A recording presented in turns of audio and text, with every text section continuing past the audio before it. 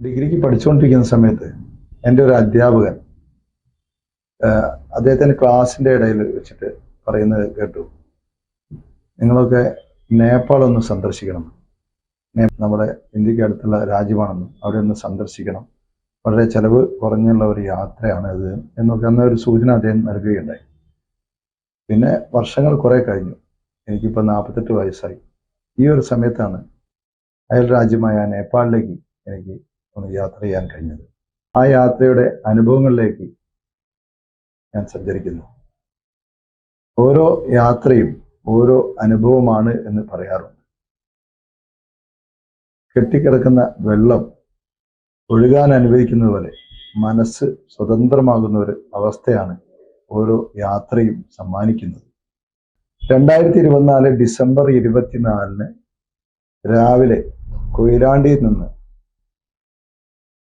40ഓളം വരുന്ന യാത്രക്കാരുമായിട്ട് ഞങ്ങളുടെ ഒരു സംഘം പുറപ്പെടുകയാണ്. അത് ആ യാത്ര സംഘടിപ്പിച്ചത് കരുമല സ്വദേശിയായ ഒരു ഗണേശേട്ടനും അദ്ദേഹത്തിൻ്റെ മകൾ വന്ദനയുമാണ്. ഡ്രീമി ഡെസ്റ്റിനേഷൻ എന്നാണ് അവരുടെ ഒരു യാത്ര, ആ കൂട്ടായ്മയുടെ പേര്. അവരിതിനു മുമ്പും യാത്രകൾ സംഘടിപ്പിച്ചിരുന്നു. അതിൻ്റെ ഭാഗമായിട്ടാണ് എനിക്കും പോകാൻ അവസരം കിട്ടിയത്. എൻ്റെ ഒരു സുഹൃത്ത് ഭാസ്കരേട്ടൻ ഉണ്ടായിരുന്നു. അദ്ദേഹം ഇങ്ങനെ പറഞ്ഞിരുന്നു, ഇങ്ങനെ ഒരു യാത്ര പുറപ്പെടുന്നുണ്ട്, നിങ്ങൾ പങ്കെടുക്കുന്നു. അങ്ങനെ ഞാൻ പങ്കുചേർന്നതായിരുന്നു. അങ്ങനെ 2024 ഡിസംബർ 24 രാവിലെ 7:15 കൊയിലാണ്ടിയിൽ നിന്ന് പാലക്കാട്ടേക്കുള്ള ട്രെയിനിൽ ഞങ്ങൾ കയറുകയായിരുന്നു. പാലക്കാട് റെയിൽവേ സ്റ്റേഷനിൽ നിന്ന് ഉച്ച കഴിഞ്ഞ് 2 മണിയോടുകൂടി റപ്തി സാഗർ എക്സ്പ്രസ് ആ ട്രെയിനിലായിരുന്നു ഞങ്ങൾ ഗോരഖ്പൂരിലേക്ക് യാത്ര തിരിച്ചത്. ഏകദേശം 2 പകലും 2 രാത്രിയും സമയമെടുത്തുകൊണ്ടായിരുന്നു ഞങ്ങൾ ഗോരഖ്പൂർ റെയിൽവേ സ്റ്റേഷനിലെത്തുന്നത്. അതായത് 26 വൈകിട്ട്. ഈ ഗോരഖ്പൂർ റെയിൽവേ സ്റ്റേഷന്റെ തൊട്ടടുത്ത് തന്നെയായിരുന്നു നമ്മുടെ താമസ സൗകര്യം. 3 മാസം മുമ്പേ ഇതിനു വേണ്ടി ടിക്കറ്റൊക്കെ റിസർവ് ചെയ്തിരുന്നു. പക്ഷെ അതിനുശേഷം വന്ന് കുറച്ച് റിസർവേഷൻ ചെയ്ത സമയത്ത് തേർഡ് AC അല്ലാതെ സ്ലീപ്പറിൽ കുറച്ച് പേര് ബുക്ക് ചെയ്തു. പക്ഷെ ആ യാത്രയിൽ ഞങ്ങൾക്ക് ആ സ്ലീപ്പറിൽ ബുക്ക് ചെയ്ത് വളരെ ബുദ്ധിമുട്ടായിരുന്നു. കാരണം നോർത്ത് ഇന്ത്യയിലേക്ക് പ്രത്യേകിച്ച് പോകുമ്പോൾ നമ്മുടെ മറ്റുള്ള പല യാത്രക്കാർ, അതായത് വെയിറ്റിംഗ് ലിസ്റ്റിലുള്ള ആൾക്കാർ, അവർ വന്ന് നമ്മുടെ ഈ സ്ലീപ്പർ കോച്ചിലൊക്കെ കയറി അങ്ങനെ നമുക്ക് യാത്രയ്ക്ക് ബുദ്ധിമുട്ടുണ്ടാകുന്ന ഒരു സാഹചര്യം നമുക്ക് ബോധ്യപ്പെട്ടതാണ്. അതുകൊണ്ട് ദീർഘദൂര യാത്രയിൽ തേർഡ് AC എങ്കിലും മിനിമം യാത്രയ്ക്ക് തിരഞ്ഞെടുക്കണമെന്നാണ് നമ്മളൊന്ന് മനസ്സിലാക്കുന്ന ഒരു കാര്യം. ഇത്ര ദീർഘിച്ച യാത്രയായതുകൊണ്ട് സമയം പോക്കാനൊക്കെ ആയിട്ട് നമ്മൾ സാധാരണ ട്രെയിനിൽ കാണുന്ന പോലെ സമയം തള്ളി നീക്കുന്നതിന് വേണ്ടി ചീട്ട് കളിച്ചും പാട്ടുപാടിയും തമാശകൾ പറഞ്ഞും പുറത്തെ കാഴ്ചകൾ കണ്ടും അങ്ങനെ നമ്മൾ ഈ 2 പകലും 2 രാത്രിയും തള്ളി നിർത്തിയായിരുന്നു. അത് നമ്മൾ വളരെ രസകരമായിരുന്നു ആ കാഴ്ചകൾ. പുറത്തെ കാഴ്ചകൾ കണ്ട് മടുക്കുമ്പോൾ നമ്മൾ ഈ കാര്യങ്ങളിലെ ആക്ടിവിറ്റിയിലൊക്കെ നമ്മൾ ഏർപ്പെടുകയും. പിന്നെ വണ്ടിയിൽ സാധാരണ യാചകർ, അതുപോലെ ഹിജറകൾ, വാണിഭക്കാർ, IRCTCയുടെ ഭക്ഷണം കാറ്ററിംഗ് ചെയ്യുന്ന ആൾക്കാർ, അങ്ങനെ വളരെ സജീവമായിരുന്നു. ഇതെല്ലാം ഒരു യാത്രയിലെ ഒരു വേറിട്ട ദൃശ്യങ്ങളായി മനസ്സിലും നമുക്ക് ഇങ്ങനെ തങ്ങി നിൽക്കുന്ന കാഴ്ചകൾ തന്നെയാണ്. വൈകിട്ട് ഗോരഖ്പൂർ റെയിൽവേ സ്റ്റേഷനിലെത്തി. റെയിൽവേ സ്റ്റേഷന് തൊട്ടടുത്ത് തന്നെയായിരുന്നു നമ്മുടെ താമസവും. അത്യാവശ്യം കുഴപ്പമില്ലാത്ത നല്ലൊരു റെസിഡൻസിലായിരുന്നു നമ്മൾ അന്ന് തങ്ങിയത്. വൈകിട്ട് ഞങ്ങൾ പുറത്തേക്ക് ഇറങ്ങി. അവിടുന്ന് നമ്മൾ ഏകദേശം ഒരു 3 കിലോമീറ്റർ അപ്പുറമാണ് ഗോരഖ്നാഥ് മന്ദിർ, ഗോരഖ്നാഥ് ക്ഷേത്രം. അവിടേക്ക് ഞങ്ങൾ ഓട്ടോറിക്ഷ വിളിച്ച് പോവുകയായിരുന്നു ചെയ്തത്. 10-40 ആൾക്കാരുണ്ടല്ലോ, അപ്പോൾ ഒരു 3-4 ആൾക്കാർ കൂടി അങ്ങനെ ഞങ്ങൾ ഓട്ടോയിൽ ഗോരഖ്നാഥ് മന്ദിറിൽ മുൻഭാഗത്തെത്തി. സുരക്ഷാ ജീവനക്കാരൊക്കെ ഉണ്ടായിരുന്നു, കർശന പരിശോധനകളൊക്കെ നടക്കുന്നുണ്ട്. അങ്ങനെ ഞങ്ങൾ സംഘങ്ങളായിട്ട് തന്നെ അങ്ങനെ നടന്നു നീങ്ങുകയാണ്.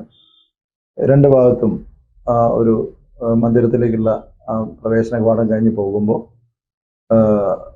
പലതരം കച്ചവട സ്ഥാപനങ്ങളുണ്ട്.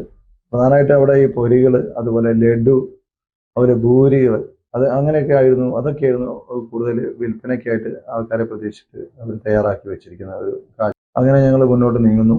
അവിടെ ഈ മന്ദിരത്തിന്റെ മുൻഭാഗത്ത് വീണ്ടും ഒരു ചെറിയ ഒരു പരിശോധന ഉണ്ട്. സുരക്ഷാ ജീവനക്കാരുടെ പരിശോധന ഉണ്ട്. മറ്റേ ടിക്കറ്റൊക്കെ വെച്ച് അതിൻ്റെ പ്രവേശനം, അതിൻ്റെ ലഗേജ് കാര്യങ്ങളൊക്കെ ചെക്ക് ചെയ്തിട്ടാണ് ഉള്ളോട്ട് കടത്തിവിടുന്നത്. ഉള്ളോട്ട് കടന്നപ്പോൾ അവിടെ വളരെ സ്വതന്ത്രമായിട്ട് നമുക്ക് സഞ്ചരിക്കാം. അതുപോലെ മൊബൈൽ, വീഡിയോ ക്യാമറയും ഫോട്ടോ ഒക്കെ അവിടെ അനുവദനീയമാണ്. ധാരാളം പേര് സെൽഫി ആയിട്ടും ഗ്രൂപ്പ് ഫോട്ടോ ഒക്കെ എടുക്കുന്നത് ഞങ്ങൾ കണ്ടു. മുന്നിൽ LED ദീപപ്രഭയിൽ കുളിച്ചു നിൽക്കുന്ന നമ്മുടെ മന്ദിരത്തിന്റെ ഭാഗങ്ങളും നമ്മൾ കണ്ടു. മുൻഭാഗത്തായിട്ട് മനോഹരമായിട്ടുള്ള ഒരു ഗാർഡനാണ് സെറ്റ് ചെയ്തിരിക്കുന്നത്. അതിന്റെ ഇടത് ഭാഗത്തായിട്ട് നല്ലൊരു തടാകം ശ്രദ്ധയപ്പെട്ടു. അത്യാവശ്യം വലിപ്പമുള്ള തടാകം. അതിൽ ബോട്ട് സവാരിയൊക്കെ നടക്കുന്നുണ്ട്. 20 രൂപ കൊടുത്താൽ അവിടെ ബോട്ട് സവാരിയും ആ പ്രദേശത്ത് നിന്ന് ചെയ്യാൻ പറ്റും. അങ്ങനെ ഒരു ടൂറിസം കേന്ദ്രം ആയിട്ട് തന്നെയാണ് ഈ മന്ദിരം നിൽക്കുന്നത്. ക്ഷേത്രമാണ്, ഒപ്പം വിനോദസഞ്ചാരികളെ ആകർഷിക്കുന്ന തരത്തിലുള്ളതാണ് ആ കേന്ദ്രത്തിന്റെ ഒരു പ്രത്യേകതയായിട്ട് പറയാനുള്ളത്. അങ്ങനെ ഞങ്ങൾ ഈ ഗാർഡന്റെ ആ സൈഡിൽ കൂടെ ഇങ്ങനെ മുന്നോട്ട് പോകുന്നു. പോയിട്ട് ഈ ക്ഷേത്രത്തിന്റെ ഭാഗങ്ങളിലൊക്കെ എത്തുമ്പോൾ മനോഹരമായിട്ടുള്ള ഒരു ടെമ്പിളിന്റെ 2-3 ടെമ്പിളിന്റെ മുൻഭാഗം നമ്മൾ കാണുന്നത് ഒരു 3 മന്ദിരങ്ങൾ. ക്ഷേത്രത്തിന്റെ ഒരു നിർമ്മാണ രീതി, അവിടുത്തെ ഒരു വാസ്തുവിദ്യ അതിനനുസരിച്ചായിരിക്കണം അതിനൊരു നിർമ്മാണം എന്ന് തോന്നുന്നു. കാരണം ഒരു ആധുനിക പരിഷ്കരിച്ച ഒരു രീതിയിലുള്ള ഒരു കെട്ടിടമായിട്ടാണ് അത് ശ്രദ്ധയിൽ പെട്ടത്. ഹിന്ദു ദേവീ ദേവന്മാരുടെ വിഗ്രഹങ്ങൾ, അതിനെ നമ്മുടെ കേരളീയ ശൈലിയിലല്ല, നമ്മുടെ ഉത്തരേന്ത്യയുടെ പ്രത്യേകത കൊണ്ടാവാം ആ ഒരു അമ്പലത്തിന്റെ വിഗ്രഹങ്ങൾക്കുള്ള ഒരു പ്രത്യേകതയും നമുക്കൊരു വേറിട്ടതായിട്ട് തോന്നിയിട്ടുണ്ട്. ഹൈന്ദവ ദേവീ ദേവന്മാരുടെ വിവിധ വിഗ്രഹങ്ങളെയാണ് നമുക്കതിനുള്ളിൽ കാണാൻ കഴിഞ്ഞത്. മാത്രമല്ല മറ്റു ഗുരു സന്യാസി ശ്രേഷ്ഠന്മാരുടെ അവരുടെയും വിഗ്രഹങ്ങളെ നിരയായിട്ട് വെച്ചിരിക്കുന്ന ഒരു ഭാഗത്ത് കാണാനിടയായി. ഗോരഖനാഥ് മന്ദിരം ഞങ്ങളെ ചുറ്റി നടന്ന് കാണുകയാണ്. അങ്ങനെ വിവിധ ദേവീദേവന്മാരുടെ പ്രതിഷ്ഠകള്, അവിടുത്തെ ആചാരങ്ങള്, രീതികളൊക്കെ കണ്ട് ഞങ്ങൾ നടക്കുന്നു. അതിന് പുറകിലേക്ക് ഞങ്ങൾ പോകുമ്പം ഒരുപാട് അവരുടെ താമസ സ്ഥലങ്ങൾ. ഇതൊരു ഗുരു മത്സ്യേന്ദ്രനാഥ് എന്ന് പറയുന്ന ഗുരു ആയിരുന്നു അതിന്റെ സ്ഥാപകൻ എന്നാണ് അറിയാൻ കഴിയുന്നത്. ഈ ഗോരഖനാഥ് മന്ദിരം ഒരു സന്യാസി ശ്രേഷ്ഠന്മാരുടെ അവരുടെ ഒരു ആസ്ഥാന കേന്ദ്രം കൂടിയാണ്. മുഖ്യമന്ത്രി യോഗി ആദിത്യനാഥാണ് അതിൻ്റെ മുഖ്യ കാർമ്മികത്വവും അതിൻ്റെ മഠാധിപതിയൊക്കെ ആയിട്ട് ഉണ്ടായിരുന്നത്.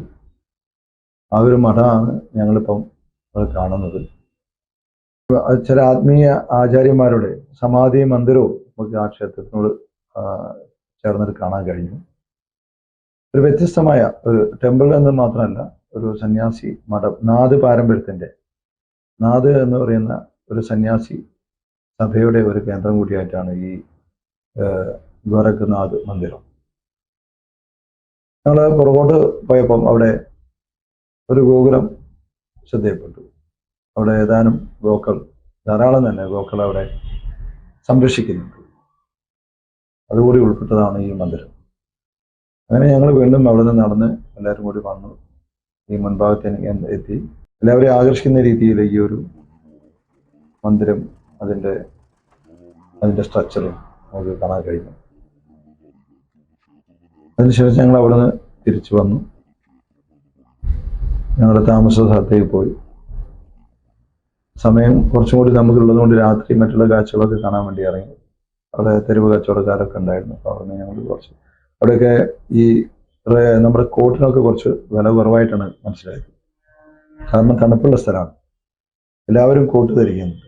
കോട്ടും അതുപോലെ മഫ്ലറും ഒക്കെ അണിഞ്ഞിട്ടാണ് നടക്കുന്നത്. കാരണം മഞ്ഞ് തണുപ്പിൽ നിന്ന് രക്ഷപ്പെടാൻ വേണ്ടിയിട്ട്. അതവിടെ ഒരുവിധം എല്ലാവരും ആ രീതിയിൽ തന്നെയാണ് അവരുടെ ഒരു വേഷവിധാനങ്ങളൊക്കെ. അതൊരു വേറിട്ട ഒരു ഇതായിട്ട് നമുക്ക് മനസ്സിലാക്കാൻ കഴിഞ്ഞു. ഗോരഖനാഥ് നഗരം അതിലൂടെ കുറച്ച് യാത്ര ചെയ്തപ്പോൾ ഇപ്പൊ ആ ഉത്തരേന്ത്യയുടെ പഴയ ഒരു അവസ്ഥയിൽ നിന്നൊക്കെ ഒരുപാട് മാറ്റങ്ങൾ വന്നിട്ടുണ്ട് എന്ന് തന്നെയാണ് മനസ്സിലാവുന്നത്. കാരണം നല്ല ചുമർ ചിത്രങ്ങൾ, അതൊക്കെ നമുക്ക് കാണാൻ കഴിഞ്ഞു. അതുപോലെ കൊടികളും തോരണങ്ങളൊക്കെ വളരെ കുറവായിട്ട് തന്നെയാണ് മനസ്സിലായത്. മറ്റുള്ള സ്ഥലങ്ങളെക്കാട്ടും കുറവായിട്ട് ഒരു അങ്ങനെയൊന്നും മനസ്സിലാക്കാനൊക്കെ ആയി. രാത്രിയായപ്പോൾ ഞങ്ങൾ അതിൻ്റെ തൊട്ടടുത്തുള്ള താമസ സൗകര്യം കിട്ടിയിരിക്കുന്നതിൻ്റെ അടുത്ത് തന്നെ ഒരു ഭക്ഷണശാലയുണ്ട്. അവിടെ നിന്നായിരുന്നു ഞങ്ങൾ ഭക്ഷണം കഴിച്ചത്. അവിടെ സാധാരണ ഈ ചപ്പാത്തിയും അതുപോലെ റൊട്ടി,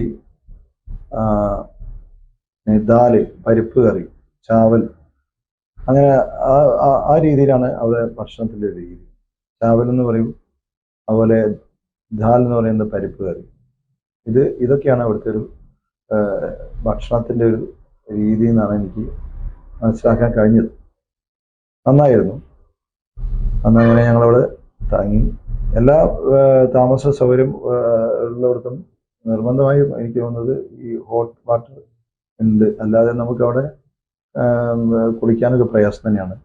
കാരണം മറ്റ് സ്ഥലങ്ങളിൽ നിന്നൊക്കെ വരുന്നവർക്ക് ഈ തണുപ്പ് കാരണം അതൊന്നും കഴിയില്ല. അപ്പം അതുകൊണ്ട് നല്ല ചുടുവെള്ളം എല്ലാം അവിടെ ഉറപ്പ് വരുത്തുന്നുണ്ട് തന്നെ ആണ് മനസ്സിലാവുന്നത്.